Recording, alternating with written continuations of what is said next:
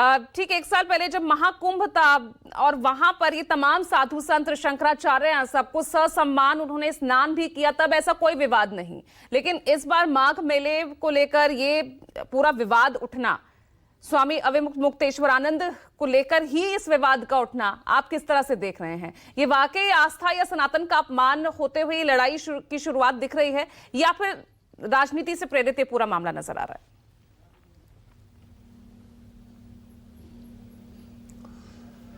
देखिए पूजा, मुझे तो बहुत ज़्यादा धर्म के बारे में या शंकराचार्य के बारे में पता नहीं कि वो है नहीं है क्या है, लेकिन मैं इतना जानता हूँ कि मैं पिछले कुंभ में गया था और यही शंकराचार्य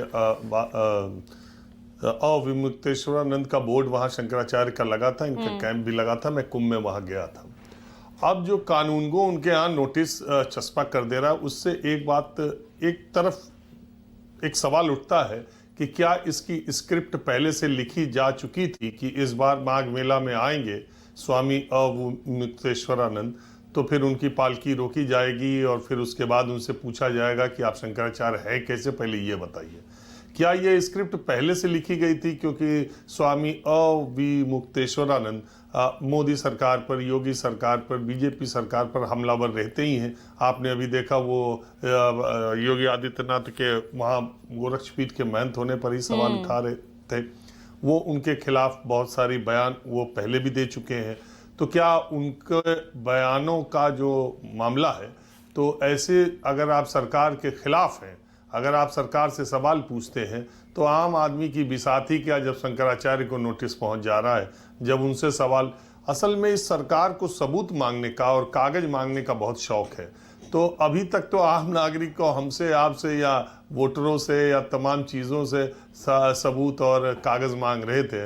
अब देश के शंकराचार्य से ही, या जो ज्योतिष पीठ पर बैठे हुए स्वामी हैं, अब उन्हीं से सबूत और कागज़ मांग रहे हैं। पहले आप ये बताइए कि आप शंकराचार्य कैसे हैं। तो पहले ये बताइए कि पिछले ये शंकराचार्य प्रशासन के विवाद के बाद ये सवाल खड़ा हुआ कि वो शंकराचार्य कैसे हैं। जब वो शंकराचार्य पहुँचे तब उनका बोर्ड लगा था कि नहीं लगा था? पिछले कुंभ में जो स्मारिका छपी थी सरकार की तरफ से, उसमें उनका नाम शंकराचार्य के तौर पे छपा था कि नहीं छपा था? और पिछले कुंभ में उनका जो उनका कैंप लगा था, उस समय उन्होंने शंकराचार्य लिखवाया था कि नहीं लिखवाया था? मैं वैसे नाम तो नहीं लेना चाहिए, निजी समारोह है, लेकिन चूंकि वो निजी समारोह से बढ़ के था और पूरे देश और दुनिया ने देखा कि प्रधानमंत्री से लेकर तमाम वो लोग जो भारतवर्ष के वीआईपीज़ की लिस्ट में आते हैं, उस शादी समारोह में गए थे। वहाँ भी 2 शंकराचार्य गए थे, उसमें भी स्वामी अविमुक्तेश्वरानंद एक शंकराचार्य के तौर पर विभूषित थे। तो तमाम जगहों पर स्वामी अविमुक्तेश्वरानंद शंकराचार्य के तौर पर चल रहे हैं। कल परसों के पहले ये सवाल उनसे नहीं पूछा गया। जिस अदालत के आदेश का हवाला अब दिया जा रहा है वो आदेश 2022 का है, तो उसके बाद तो बहुत जगह वो शंकराचार्य के तौर पर आ जा रहे हैं। और वो कुंभ में गए थे तब ये क्यों सवाल नहीं पूछा गया? ये सवाल स्नान के दौरान प्रशासन से या प्रशासन से टकराव के बाद की स्थिति के बाद ये सवाल पूछा जा रहा है। तो ये एक सवाल मन में उठता है पूजा, कि अगर आप खिलाफ हो, अगर आप विरोध समर्थन में हो, तो आप किसी भी धाम के हो, किसी भी जगह के हो, तो आप सब देश के सबसे बड़े सन्यासी हो, सबसे बड़े बाबा हो, वहाँ प्रधानमंत्री जाएंगे, मुख्यमंत्री जाएंगे, उसको पूरी मान्यता मिलेगी उन धामों की। लेकिन अगर आप विरोध में बोल रहे हो, तो आप ज्योतिष पीठ में बैठे हो या किसी पीठ में बैठे हो, पहले ये बताओ कि आप शंकराचार्य कैसे हो। अब आप ये बताइए कि शंकराचार्य बनने के लिए क्या कैबिनेट कमेटी ऑन अपॉइंटमेंट इसकी नियुक्ति करता है, या कोई राष्ट्रपति इसकी नियुक्ति करता है, या राज्यपाल करता है, या कोई जज करता है?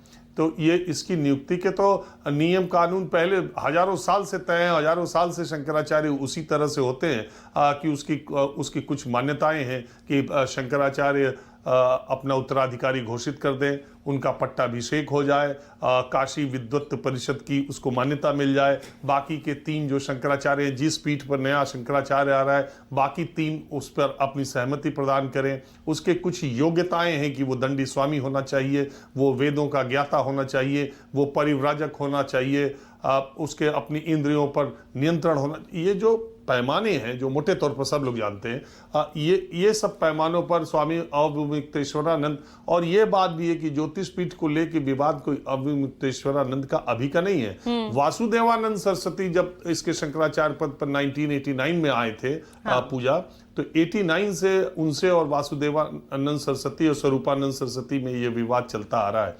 तो अब कौन शंकराचार्य है नहीं है यह तो हम नहीं जानते, लेकिन हम इतना जरूर जानते हैं कि ये जो स्वामी अवमुक्तेश्वरानंद हैं, ये भारतीय जनता पार्टी और की सरकारों के खिलाफ और उनके नेताओं के खिलाफ अक्सर बयान देते रहते थे, और अब उन्हीं से पूछा जा रहा है।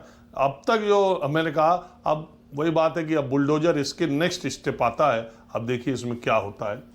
बुलडोजर इसके नेक्स्ट स्टेप आता है, अब क्या होता है। आप एक और संकेत यहाँ से देते चल रहे हैं राजीव कि आगे अब और क्या हो सकता है, क्या एस्पेक्ट्स हो सकते हैं।